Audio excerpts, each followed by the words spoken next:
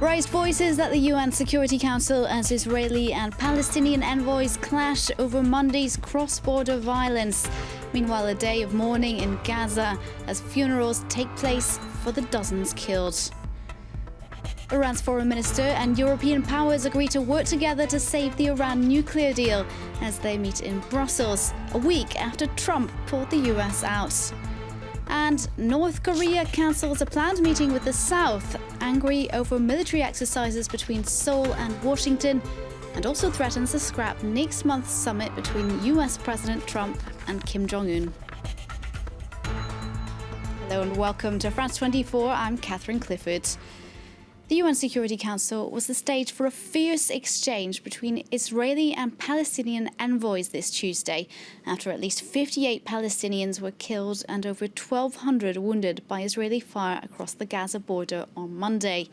After certain nations called for an inquiry, the Israeli envoy accused Hamas of taking their own people hostage, and the Palestinian envoy described a crime against humanity. Ellen Gainsford has this report. After dozens lost their lives during a mass protest in Gaza on Monday, Israel has faced a growing backlash, called out for what some see as excessive use of force. On a visit to the UK, President Erdogan said that Benjamin Netanyahu has the blood of Palestinians on his hands. Ankara has expelled Israel's ambassador. In a phone call to his Israeli counterpart, Emmanuel Macron stressed that civilians should be allowed to protest peacefully. A message underscored by the French representative to the UN. We condemn the indiscriminate firing against protesters which took place yesterday. Nothing can justify this. Lethal weapons should not be used when dealing with disarmed protesters.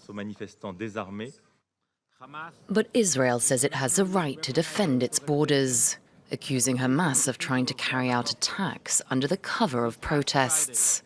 The US has backed the Israeli position, denying that the violence had anything to do with the opening of a US embassy in contested Jerusalem. I asked my colleagues here in the Security Council, who among us would accept this type of activity on your border? No one would. No country in this chamber would act with more restraint than Israel has. But the US was a lonely voice of support for Israel. European leaders have called for an investigation into the bloodshed. Human rights group Amnesty International says Israel's actions are in violation of international law, while the International Criminal Court says it will take any action warranted. And meanwhile in Gaza, Palestinians buried their dead as 2 further deaths were reported at the border on Tuesday. There had been concerns of further violence as Palestinians mark what they call the Nakba, or catastrophe, the anniversary of the day their ancestors were driven from their lands. However, the situation largely remained calm as protesters paid their respects to the dead. Catherine Viette reports. She may be the youngest victim. Layla Al-Gondor's parents bid their 8-month-old daughter a tearful farewell. Her family says she died after inhaling tear gas. We went to the border tent camp, where Israeli soldiers fired tear gas. And when we were leaving, we saw the baby struggling to breathe, and she moved her head, but then she had choked. Hers is not the only funeral being held in Gaza. Family and friends gathered to say goodbye to this 23-year-old young man. He was shot and killed by Israeli soldiers.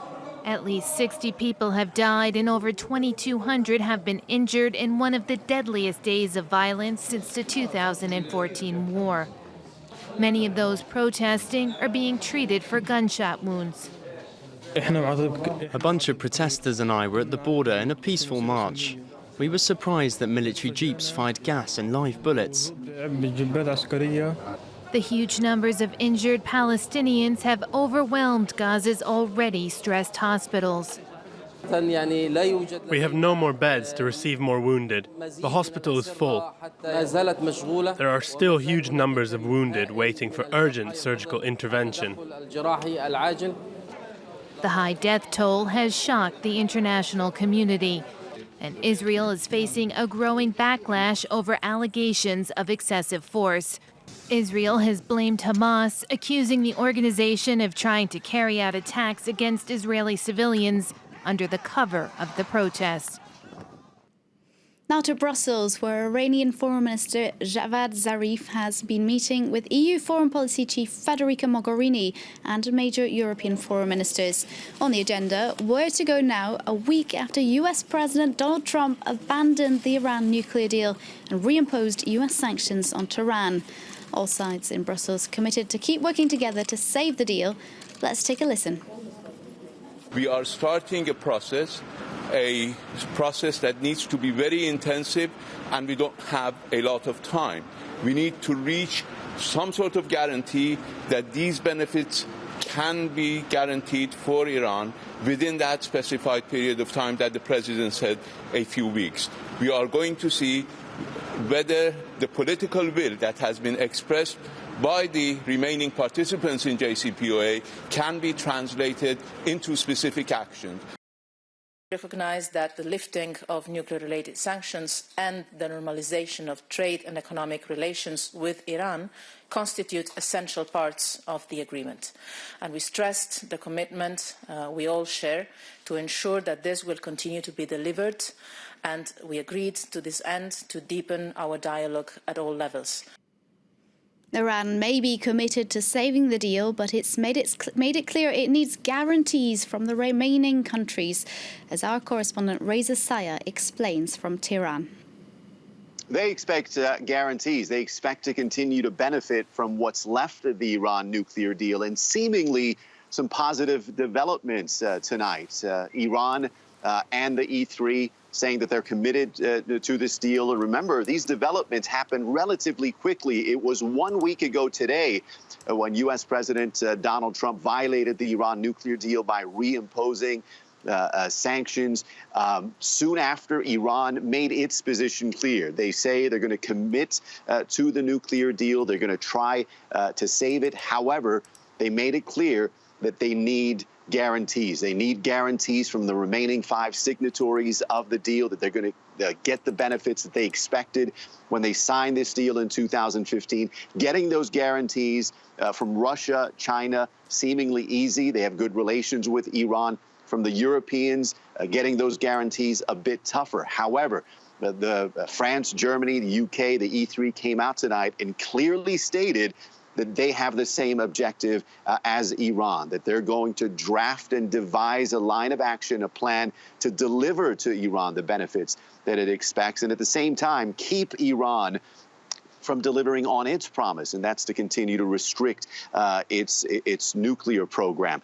Some analysts say it's going to be difficult. Others say it's going to be impossible because, remember, when Mr. Trump pulled the U.S. out of the deal, he warned all global companies, European companies, that you have 3 to 6 months to wind down businesses with Iran. Otherwise, you're going to face hefty fines. And that's the challenge moving forward for Europe, how to deliver these guarantees to Iran and avoid the sanctions and undermining their very important relations with the U.S. banking system.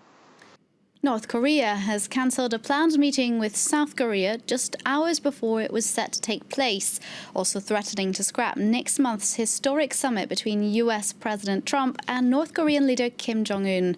This due to renewed military exercises between Seoul and Washington that the North claims are invasion rehearsals.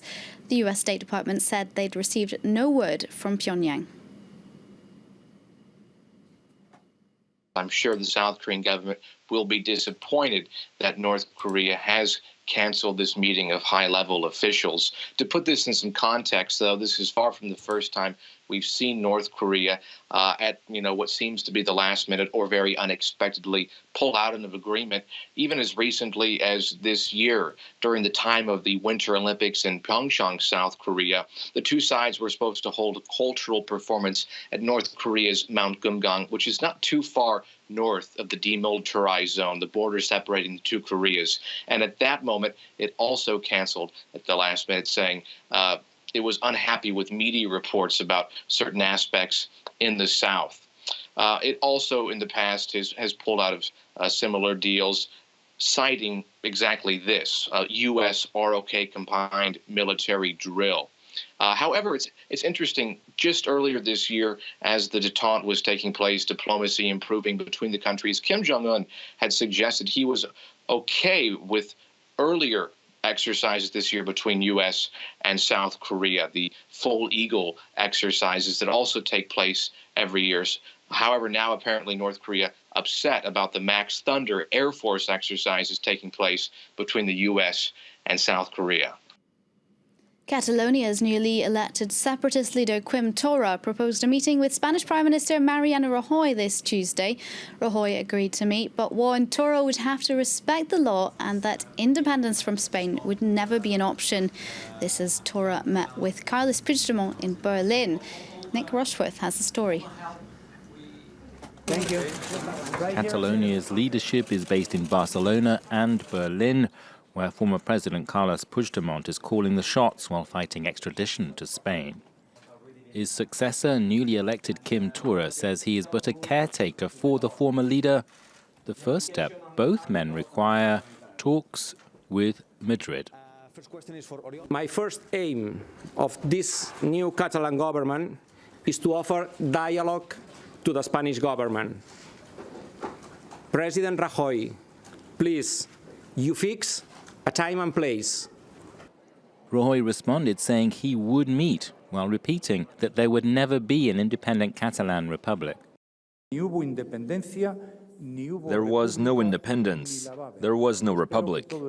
Everybody should stick to reason. Everything bad that we lived through should stay in the past. Torra, however, will not be listening to that. The new regional government under his lead plans to keep fighting for a radical split from Madrid. He's already asked the central government to hand back control over Catalonia's finances. The 55-year-old editor is also stepping up pressure by saying all regional ministers sacked by Madrid after the failed secession bid will be allowed to return to their posts if they want to. All that heralds more political uncertainty over future relations between nationalists and separatists. He was in charge of fighting tax evasion in France. Ex-Budget Minister Jérôme Cahuzac has once again been convicted of tax fraud and money laundering by a Paris appeals court. This time, though, he saw his sentence reduced to 2 years in prison from an initial 3-year sentence. He was also fined €300,000 and banned from running for office for 5 years. Claire Rush takes a look back over the case. In 2012, Jérôme Cahuzac stood before Parliament and said he had no offshore accounts. I do not have, nor did I ever have, foreign bank accounts, not before and not now. The former budget minister was denying revelations published by French media, revelations that he did have offshore accounts in Switzerland and Singapore. The reports contradicted the image Cahuzac had projected to the public as the Hollande administration's self-proclaimed crusader against tax fraud and evasion. French media reported that he had some €3 million in offshore accounts. The money came from a medical practice he ran with his now ex-wife Patricia, who was sentenced to 2 years in prison. Under mounting pressure, Cahuzac resigned in 2013 and ultimately admitted to the offshore accounts. His trial began in 2016 after being charged with money laundering and tax fraud. Financial prosecutor Eliane Houlette said of Cahuzac, "You have tarnished this country's honor. What has not been repaired and will never be is the harm done to our country," which became a laughingstock. He was initially sentenced to 3 years in prison, a sentence he appealed. 2 years later, in 2018, he lost on appeal. He was handed a 4-year jail term, including a 2-year suspended sentence. However, Cahuzac will likely not go behind bars, as jail terms of 2 years or less are often reduced to probation under French law. Thanks for watching. Stay tuned to France 24.